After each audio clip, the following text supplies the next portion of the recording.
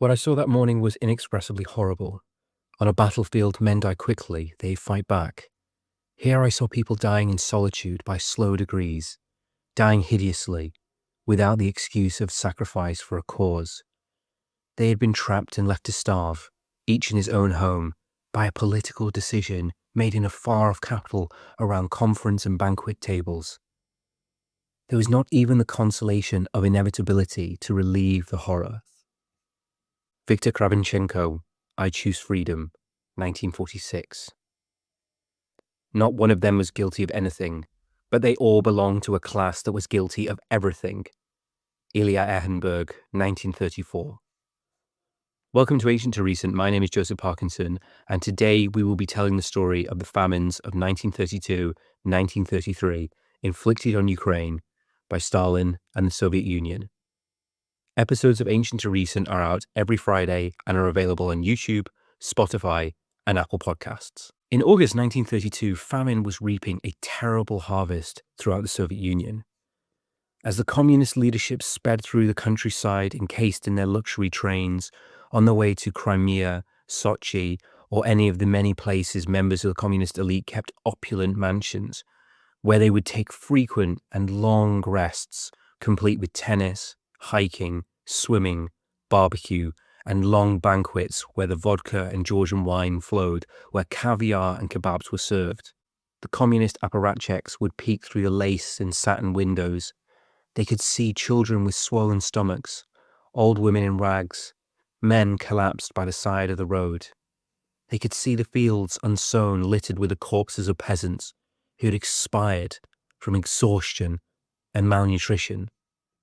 Stalin received a constant flow of reports from the OGPU, the Soviet secret police, but also from communist officials and senior members of the Politburo, the governing body of the Soviet Union, attesting to the failure of collectivization and the severity of the famine. Klemen Voroshilov, the People's Commissar for the Defense of the Soviet Union, sent Stalin a letter in August 1932. Across the Stavropol region, I saw all the fields uncultivated.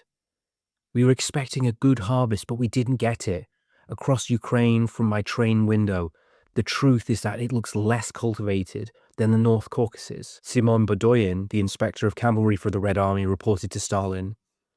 Looking at the people from the windows of our train, I see very tired people in old, worn clothes. Our horses are skin and bone. Kira Alaluyev, the niece of Stalin's wife Nadia, also saw starving people. She told her mother, who told Nadia, who told Stalin. She's a child, she makes things up, Stalin snapped. You see, Stalin was fighting his own battle. Opposition to collectivization was growing within the ranks of the communist ruling class. Stalin's wife herself had spoken openly of the need for a change of direction, and others were also gathering their strength to oppose Stalin's policies, maybe even to block Stalin's rise to the position of supreme ruler of the Soviet Union. Martian Ryutin was a former senior Communist Party boss who'd been expelled from the party in 1930 for right opportunist views, but he had refused to change his position and kept in contact with those within the Communist Party who shared his opposition to Stalin's policies. In the spring of 1932, he invited fellow opponents of Stalin to come together to write a manifesto appealing for a change to the emerging totalitarian system.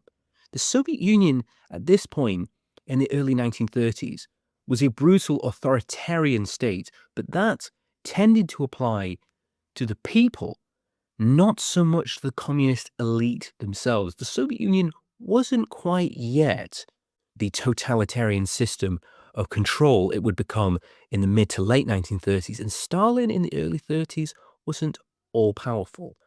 He was the leading member of the Politburo, the ruling body that governed the Soviet Union, but he could still be, by a show of hands, removed from his position. So Stalin was desperate to crush any opposition and to solidify his grasp on power. Ryutin's manifesto attacked Stalin, specifically for the horror of collectivization, which Ryutin denounced as both violent and incompetent. Ryutin called for party members to remove Stalin, to rise up to rally round, to prevent the system that was emerging right in front of them that would soon swallow even them up. And Stalin took this challenge to his authority very seriously. Stalin unleashed the OGPU on Ryukin. Ryukin, his wife, and both of his sons were arrested and shot. Not only was Ryukin suppressed, his manifesto was suppressed as well. In years to come, having read it or even being aware that it existed would become dangerous. Stalin took this opportunity to clean house. Those even suspected of dissent were hunted down and arrested by the OGPU. Stalin instructed the OGPU to suppress panic mongers and those that he claimed was spreading fake reports of famine in Ukraine. Stalin insisted that the rumors of famine were just the latest tactics that the mythical kulaks were using to undermine the Soviet state. In the summer of 1932, it may have been possible to avert disaster. The Soviet state had considerable food reserves, marked, of course, for export. But the state could have released food to the peasants, and the worst of the disaster could have been avoided. But Stalin did no such thing. Instead, he turned up the pressure. By November 1932, the Soviet planners knew of the extent of the failure of collectivization. The harvest of the USSR was 40% lower than the year before, and the harvest in Ukraine alone, the most fertile agricultural part of the Soviet Union, was a staggering 60% lower. In 1932, the USSR exported 3.5 thousand tons of butter and 586 tons of bacon from Ukraine alone. In 1933, the number increased to 5,433 tons of butter and 1,037 tons of bacon. The USSR continued to export fruit, nuts, eggs, cheese, jam, honey, tinned fish, and tinned meat, even as the famine began to set in. Frustrated by their inability to collect enough grain, in 1932, the Soviet government introduced a system of blacklists. Blacklists were applied across the Soviet Union, but they were applied earlier, more widely, and more rigorously in Ukraine than in any other part of the USSR. And unlike in Russia, where blacklists only applied to grain production, in Ukraine, it was applied to any industry, including teachers, nurses, and civil servants. These blacklists were not applied to individuals, but instead to collectives, to villages, to collective farms, and to sometimes entire districts. Those put on the list would be subject to a range of punishments. Newspapers published the names of villages and collective farms and the percentage of their grain quota that they had failed to fulfill. Blacklisted villages were banned from purchasing any manufactured or industrial goods. This included things like kerosene and matches, so peasants who did have food would not have the fuel to cook it and would further be punished by being forced to give clothes and tools to the collective farm to make up for being behind on their quotas. Purges followed. The OGPU focused their attentions on blacklisted areas, singling out the inhabitants for arrest and deportation to the Gulag. Hundreds of thousands of Ukrainian peasants would be arrested and deported to Siberia, the Arctic Circle, the Korean border, and to Outer Mongolia. There, they would face a bleak existence as slave laborers. The blacklists were supposed to encourage the villagers to grow more grain, but they had the opposite effect. Villagers now had no fuel for tractors or feed for their cattle, and many of the most talented farmers were deported or simply executed. As famine continued to intensify, the OGPU began to worry about a refugee crisis as thousands of starving peasants fled the collective farms. Many peasants tried to make their way to the border to escape the country, bringing with them stories of desperate hunger and repression from within the workers' paradise. This would be a propaganda disaster for the Soviet Union and bring embarrassment upon the communist cause. The OGPU estimated that in January 1930, over 30,000 people had fled Ukraine. Between the 15th of December 1932 and the 2nd of February 1933, nearly 95,000 people had fled their homes. Some Ukrainians fled either into ethnically Russian parts of Ukraine or into Russia proper. where they found that there was no famine. The famine was contained to the ethnically Ukrainian parts of Ukraine. Soviet officials were faced with a mass exodus from Ukraine by starving and terrorized peasants. Train stations became desperate places, overcrowded with people determined to flee, the platforms having to be cleared of those who had fainted and died whilst queuing for the few places to escape from the horror of the famine. But these people were, for the most part, trapped.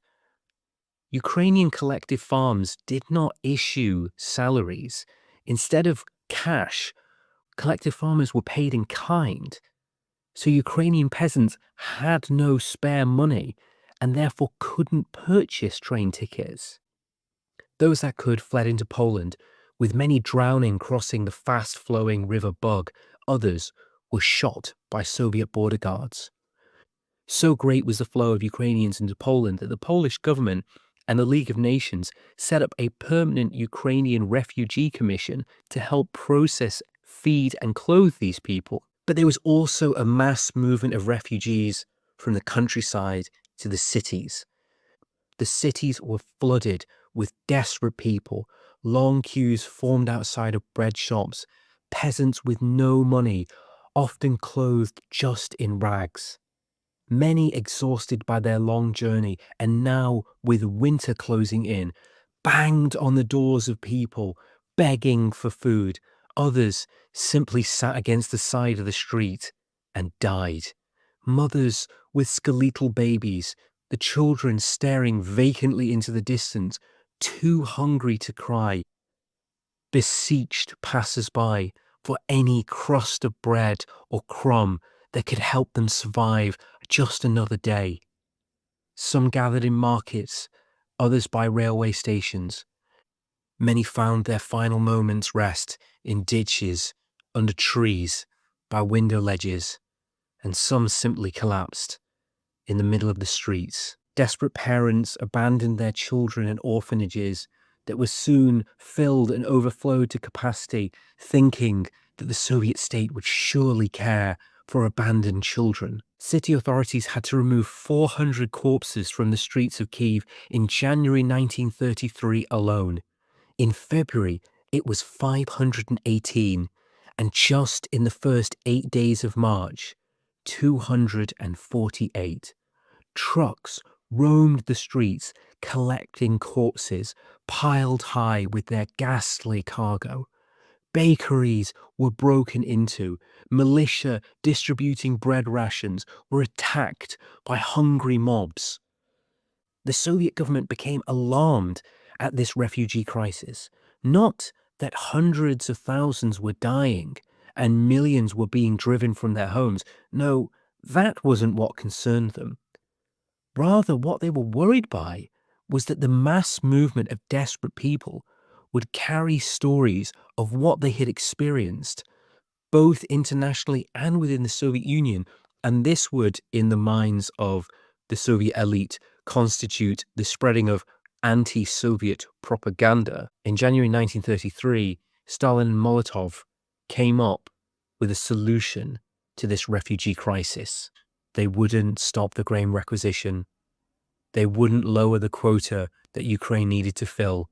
They wouldn't stop the export of food. No, what they would do instead would doom millions of Ukrainians. They sealed the borders of Ukraine, not just with Poland, but with Russia too, were closed off by the OGPU. Millions of Ukrainians were to simply be left to die. To enforce this system, the Soviet state introduced a new system of internal passports that would be issued by the Soviet government to all Soviet citizens. Any Ukrainian peasant found outside of Ukraine would be arrested and deported back to their place of origin. The right to leave your town, your collective farm, your village was subject to approval by Soviet government officials. And in the case of Ukrainians, they need not apply. The Soviet state even stopped allowing for the sale of train tickets to ethnic Ukrainians. Roadblocks were set up to trap anyone trying to defy this system. And in February 1933, the OGPU banned the issuing of travel documents to any Ukrainian peasant. The passport system had another effect. It allowed the Soviet state to more clearly, more easily identify people in the cities who weren't city dwellers. OGPU officers could now stop Ukrainians in the streets of Kyiv, Odessa, Mariupol, or Kharkiv, demand that they show their paperwork. And if their paperwork showed that they weren't from the city, those people could be immediately deported back to their villages or even sent to the Gulag. Sometimes Soviet officials didn't even do that. What meager bread rations were being distributed required the showing of identity papers. Those with documents that identified them as peasants were taken from the lines, put on trucks, and driven into the countryside. The OGPU would sometimes simply drive so far out of the city, drop people off in the middle of nowhere, knowing that the starving people they had just abandoned would be far too weak to be able to return to the cities, and in their march back would simply die. Some peasants too weak to resist were taken from the major cities to local ravines where they were simply dumped into mass open graves, even those who were still alive. With Ukraine brought to its knees through mass starvation, now was the perfect time for Stalin to unleash an assault on Ukrainian culture. Ukrainian newspapers were encouraged to print only in Russian. Books stopped being published in the Ukrainian language. Anyone who had played any role in the process of Ukrainianization in the early 1920s, the brief period where the Soviet state had encouraged Ukrainian identity, was to be purged. Communist Party officials, writers, artists, teachers, professors, Ukrainian culture, viewed by the Bolsheviks as being the culture of peasants, was discouraged. And its place was taken by a Russian culture, the culture of St. Petersburg and Moscow. Stalin received reports handed to him by the OGPU of discontent amongst Ukrainian Communist Party members, complaining about, even outright refusing to implement Soviet policy on the grounds that it was causing a famine. Stalin responded by removing Vlas Chubar, the leader of the Ukrainian Communist Party, who had complained to him and asked for a change of direction. Communist Party members who had spoken frankly about the realities of famine were accused of being wreckers and were arrested and sent to the Gulag.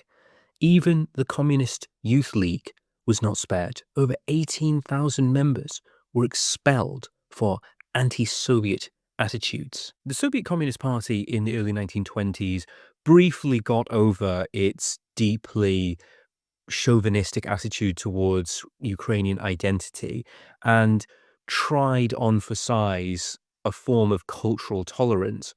And one of the ways they manifested that was they tried to appeal to a lot of intellectuals who had fled after the independent Ukrainian state had been crushed by the immense violence of the Bolsheviks in 1919, 2021. They attracted some of these intellectuals back to Ukraine and encouraged them to engage in cultural and historical research into the Ukrainian language, Ukrainian poetry, Ukrainian literature, Ukrainian history. And the most notable of these was Mikhailo Hurevsky, and he had set up a historical institution to research Ukrainian national identity. But in the early 1930s, the window of cultural tolerance was slammed shut with an almighty bang by Joseph Stalin and the OGPU. Hurevsky began being harassed by the Soviet secret police. His work was banned, and he was sent into exile. Debates were organized where Marxist intellectuals were brought in to criticize and scrutinize his work on Ukrainian national identity and Ukrainian history. And this was attacked as being insufficiently focused on class struggle within Ukrainian society. These debates, of course, were entirely one-sided. He wasn't even allowed to attend them. They were simply a series of Marxist intellectuals standing in front of a crowd, outlining why they were wrong. When that had been finished, no questions were invited from the floor. Hrevsky was expelled from Ukraine, and he would die in 1934 under suspicious circumstances. In January 1933, Ukrainian language courses were banned at Ukrainian universities, and Ukrainian textbooks were replaced with Russian ones. The education system was thoroughly purged. In 1933, every single regional head of education in Ukraine was dismissed from their position, and 4,000 Ukrainian teachers were named as class hostile enemies and arrested. In 1932 and 33, the OGPU carried out 200,000 arrests just in Ukraine, and this was aimed overwhelmingly at the professional class and the cultural elite. No institution was spared. 40 members of staff of the Ukrainian National Library were arrested. The Ukrainian Academy of Agricultural Science lost nearly all of its executive committee. The editorial board of the Ukrainian Soviet Encyclopedia, the cinema studio, the Chamber of Weights and Measures, all were purged. 200 Ukrainian plays were banned. Ukrainian translations of books ceased. The pressure grew so much for some Ukrainian writers and educators that those that weren't arrested were driven to committing suicide. Newspapers that previously had published in Ukrainian switched to Russian. City councils that had conducted their business in Ukrainian were encouraged to change to Russian. Universities ceased teaching in Ukrainian, instead taught in Russian. The campaign against Ukrainian culture extended to the Ukrainian Autocephalatius Church. Between 1931 and 1936, 3/4 of churches in Ukraine were closed.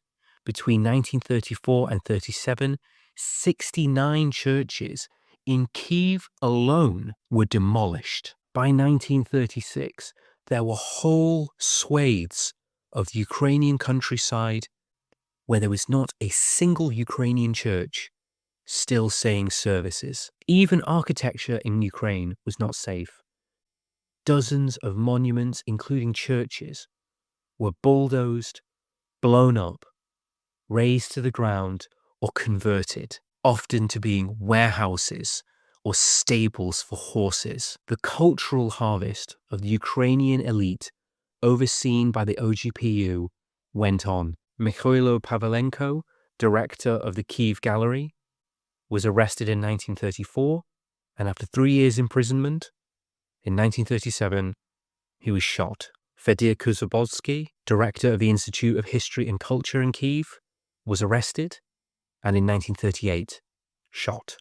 Pavlo Petovsky, an art collector who donated his collection to the Historical Museum in Kyiv, was arrested. His advanced age was no protection. He was 81 at the time of his arrest, and he would die in the Lubyanka of a heart attack. On December the 15th, 1934, Soviet authorities issued a list of books to be banned. This list would be repeatedly updated to thoroughly purge Ukrainian culture. The Ukrainian dictionary was not safe.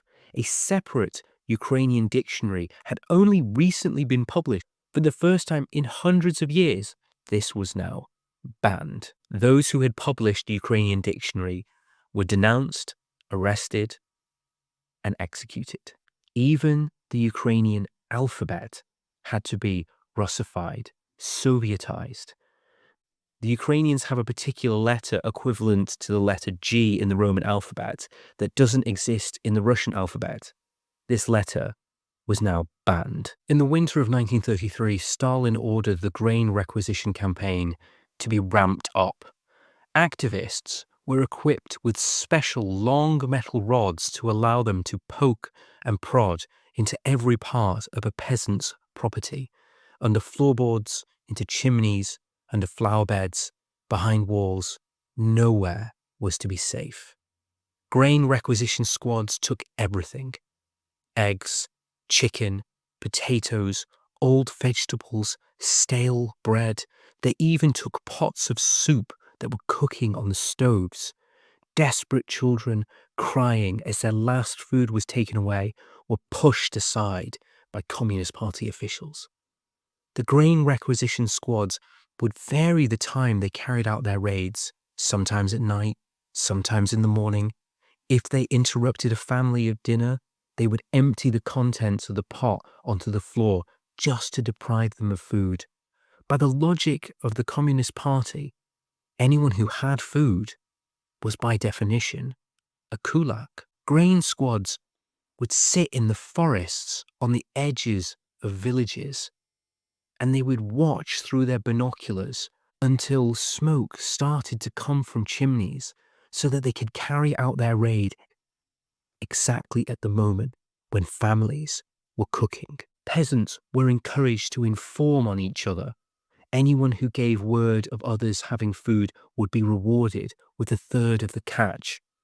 This had the double impact of increasing the take and also sowing distrust, thus making it harder to organize resistance. Those receiving packages from outside of the district were singled out for raids. One family survived on shipments of stale breadcrumbs from relatives in Leningrad. They were subject to a raid, and half of their stale bread was confiscated. Fines were also a common form of punishment. Those who did not fulfill their grain quota were fined 5 times the value of the grain they failed to provide. Those with relatives abroad were assumed to be receiving money. Their houses would be raided, they'd be beaten, even tortured in their own home, often parents humiliated in front of their children. Sometimes, if communist activists couldn't carry all the food away, what was left they would destroy, pouring acid on fish and grain to make it inedible. Desperate peasants who hadn't eaten in days still filled their stomachs with this desiccated food with disastrous effects. To ensure complete control of food supplies, communist officials broke all the millstones except for the one at the collective farm, so anyone who had even a tiny bit of grain couldn't mill it to make flour to bake bread. Being alive itself became grounds for suspicion. If you were alive, then you had food. If you had food, then you weren't contributing that to the state quota. If you weren't contributing to the state quota, you were a kulak. Mikhail Balanovsky, a peasant in the Cherkasy province, after having his house ransacked by communist officials, was interrogated. The officials demanded to know, how is it possible that none of your family have yet died? The Ukrainian Communist Party began a drive to draft more people into grain requisition squads.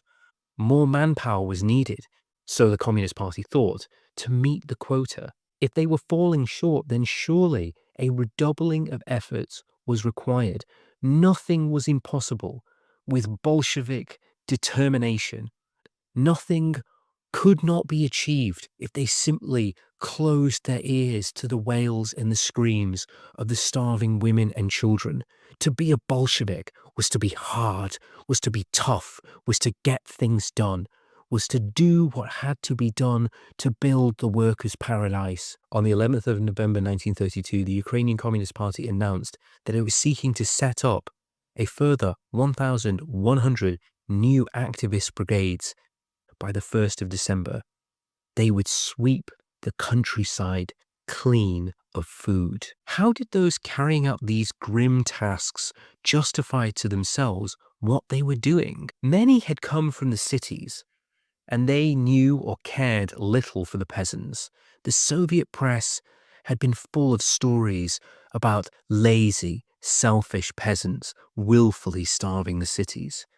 The communist activists were subject to relentless propaganda. They were told to think of the peasants as second-class citizens, class enemies, or even as subhumans. Vasily Grossman, who took part in the grain confiscations, recalls in Everything Flows, 1961, being told by fellow communists, they're not people, they're kulak. You see, Bolshevik ideology had no place for the peasants and their backward ways, nor was there room for pity for the class enemies that were the kulaks. But most who took part in the grain confiscation were not ideological Bolsheviks fired by zeal. They were normal people. They were local people. They were very often taking grain from their own neighbors, people that they had known all their lives and that they were now condemning to death. The Ukrainian Communist Party began to worry that people would be reluctant to effectively murder their own neighbors, family, and friends. So what the Ukrainian Communist Party did was it sent local collaborators to raid different villages, 1 or 2 villages away, not so close to their own, so that those bonds of friendship and memory wouldn't be quite so tight. Some local activists refused to collaborate. Those that did, all too often, were deported themselves. But the vast majority went along, driven by desperation, by starvation. Collaboration was the only way to survive. And even then, many people who did collaborate only prolonged the inevitable. They couldn't prevent it. Many people who went along still ended up starving to death. Communist Party members, however, were protected. They and their families had special ration cards that allowed them more and better quality food. There were also special shops just for Communist Party members that were off limits to the starving masses. Hunger does strange things to the human body.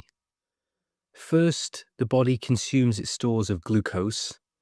Feelings of extreme hunger set in, and a person becomes obsessed with thoughts of food. Then the body consumes its fat stores. Then the body eats its protein, its tissues and muscle. Skin becomes thin, bellies and legs swollen as the body retains water.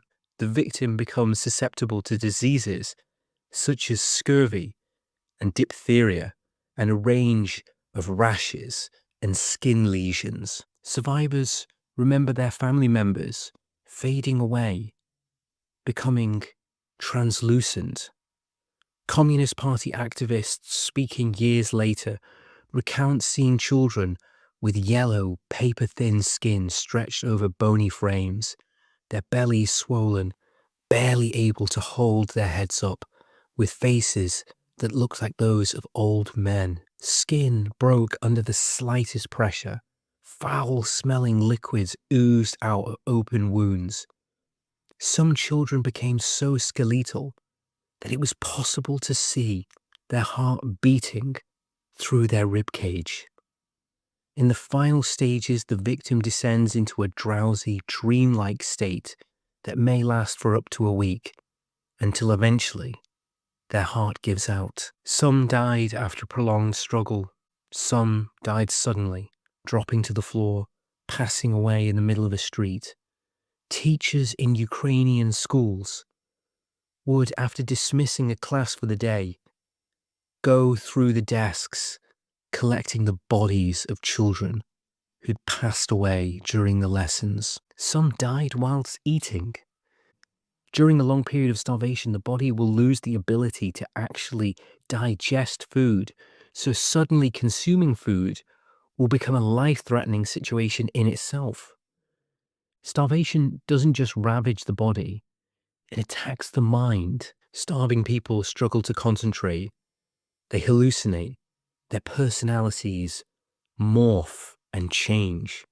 Feelings of kindness and compassion turn to anger, jealousy, and selfishness. People stole from their friends, from their spouses, even from their own children. One mother stole the food her children was given at a kindergarten, leaving them to die. People had to choose between feeding themselves and their family. Driven insane by hunger, many chose to try and save themselves. Others, summoning the last reserves of human feelings, sacrificed themselves to save their loved ones. Trust evaporated, empathy disappeared, cruelty became common, morality itself disintegrated. One young boy teased other starving children with a loaf of bread and some jam that his family had finally been able to get for him. His former classmates beat him to death with stones. At grain lifts, children would gather to collect kernels of grain that had spilled from burst sacks. They would throw themselves at any morsel that fell on the floor, only to be kicked, cudgeled, and punched by OGPU troops. These children, weakened by hunger, would die in the desperate press for food. Some parents killed their own children, smothering them, strangling them, anything to end the suffering. People feared their neighbors, their friends. People feared theft, and they took to violence to protect their last morsels of food. Apathy and hopelessness spread throughout society. People became dull to the pain, incapable of thinking of anything other than their next meal. The normal rhythms of life simply ended. Laughter, love, births, weddings, holy days disappeared. People stopped attending funerals, even of their closest kin. What was the point anymore? The dead no longer suffered. The living envied the dead. Between February and June 1933, the OGPU removed from the streets of Kharkiv alone 2,785 corpses and buried them in local fields. They kept the location of these secret mass graves hidden. The corpses would be collected at night to be dumped where no one could find them. To even know where these graves were would in years to come run the risk of reprisals. The Soviet government denied any suggestion that there was any famine in the Ukraine. And they went to great lengths to cover their tracks. So determined was the Soviet state to keep secret the scale of the disaster that anyone who had first-hand experience of what had happened became a potential threat to state security. In 1938, all of the staff of the Lukyanskiv ceremony in Kyiv, people who'd been responsible for burying the dead and therefore knew just how great the catastrophe was, were arrested by the NKVD for counter-revolutionary activities. They knew too much. The entire staff, every one of them, was put on trial and shot. By the spring of 1933, cannibalism was becoming widespread in Ukraine. There were reports of people being arrested for eating their own children. Children in villages started disappearing. This further sowed suspicion, as even in this moment of terror, cannibalism was still considered beyond the pale. The disappearance of children was not confined just to the countryside.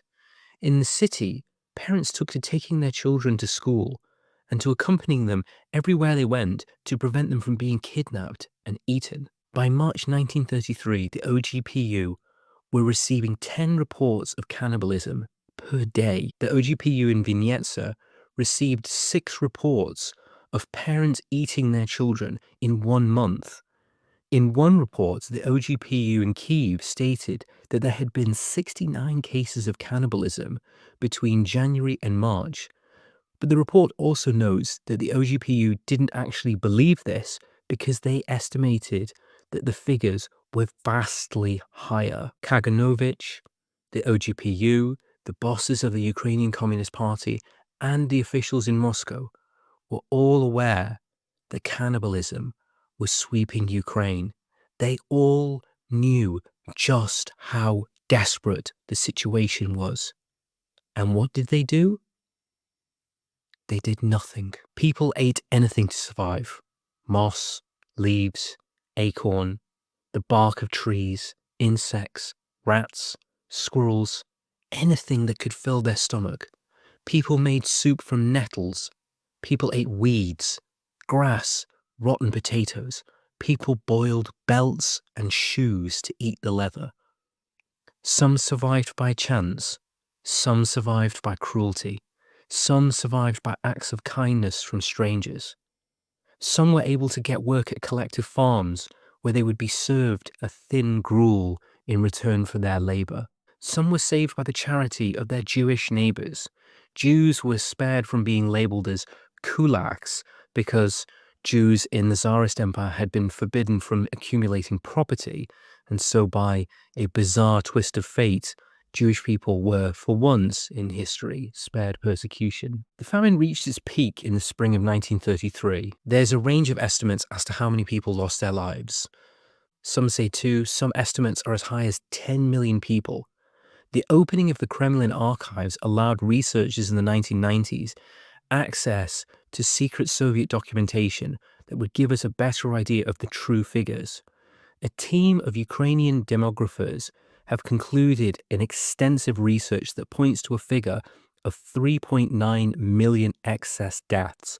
That's deaths of those that were directly tied to the famines, and also a decline in population due to a decline in the birth rate. Modern research also sheds light onto how much the famine was inflicted directly on Ukraine.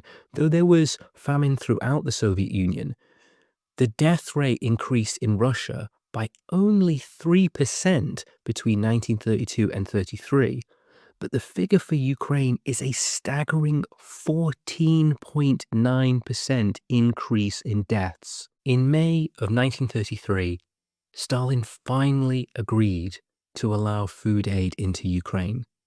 The harvest arrived. The Soviet government began switching its tactics. Instead of all food being confiscated, the Soviet state set a percentage of food that would be confiscated, and what was left after that could be kept by the peasants. Manpower was rushed to the countryside to bring in the harvest, and the Ukrainian Communist Party decided to let up the pressure being exerted on the peasants. The mass arrests and deportations slowed down. Stanislav Koisa, the General Secretary of the Ukrainian Communist Party, wrote a letter to Stalin praising the harvest and saying that though there had been a significant improvement in the harvest, there had been no such thing. Maybe some food aid could be allowed into Ukraine. Stalin relented. Ukraine's grain quota for 1933 was reduced by 415,000 tons. A few weeks later, a further reduction of 500,000 tons was agreed. There was a change in tone from the Ukrainian Communist Party.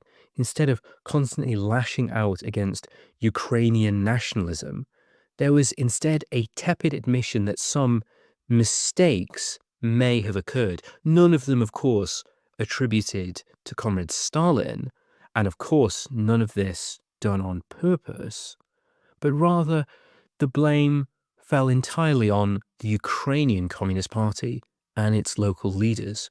Moscow and Stalin were absolved. There was some further loosening by Moscow. In the spring of 1934, no vegetables were requisitioned at all. But all the while, collectivization continued at pace. Hundreds of thousands of people joined the collective farms, and the last privately owned peasant land passed into the hands of the state. This time, there was no need for force. This time, the Ukrainian peasants didn't have to be bullied or beaten as they had been in the late 1920s. The Ukrainian peasants starved, terrorized, traumatized, accepted their fate, surrendered their land, and submitted to Soviet power. They offered no resistance. The long years of fierce Ukrainian resistance to Moscow's rule, the determination to stand their ground, to hold on to their identity, to assert their culture, had been starved out of the Ukrainian people. And that was the point. That was the objective all along. The Soviet Union officially denied the Holodomor, and they were not alone. Throughout the West, at universities and newspapers, in country clubs and cocktail parties, from Paris to London and New York, the comfortable, well-heeled communist sympathizers, some of them devoted agents of the Soviet state, such as Kim Philby and Guy Burgess of the Cambridge spy ring, others simply useful idiots, ferociously peddled Soviet propaganda. Reports that escaped the USSR of the sheer scale of the loss of life was systematically downplayed, dismissed, and those attempting to tell the truth were smeared. Within the Soviet Union itself, more blunt means of suppression were used. In 1937, the Soviet Statistic Office produced its census of the Soviet population, and it found that the Soviet population stood at 162 million people, 8 million short of the expected figure of 170. Stalin responded in typical Bolshevik fashion. The head of the Soviet Census Bureau, Ivan Kraval, was arrested and shot as a counter-revolutionary. His team that had helped him compile the figures and therefore knew the truth were arrested and shot. Mikhailo Abedenko, the Kyiv editor of the magazine Soviet Statistics, who'd also seen the figures, met a similar fate.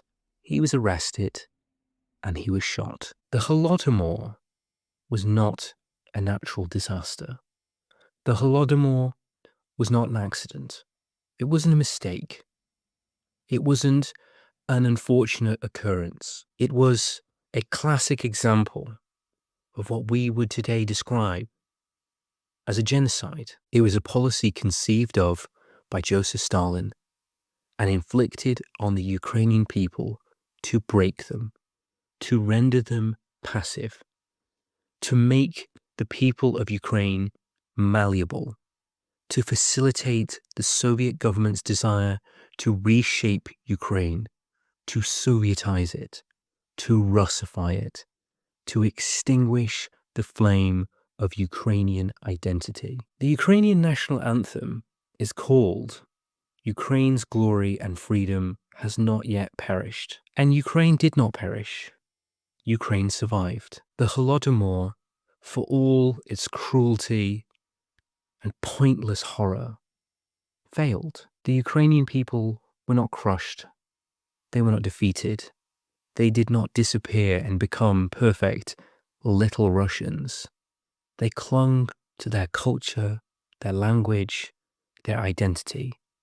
And one day, the Ukrainian people, they would get their revenge. In 1991, as the Soviet Empire, the prison of nations, came apart at the seams, the then Soviet Premier Mikhail Gorbachev gathered together the leaders of Russia, Belarus, and Ukraine to try and agree a new treaty to save the decrepit Soviet state. He put the proposal for a new federal union to these three states, and it was Ukraine that said no. The empire of blood and cruelty and misery, built by Lenin, fortified by Stalin, and maintained by the Cheka, the OGPU, the NKVD, and the KGB, was ended, and it was ended by the people of Ukraine. Thank you for listening to Ancient to Recent. My name is Joseph Parkinson. Episodes of Ancient to Recent are out every Friday and are available on YouTube, Spotify, and Apple Podcast.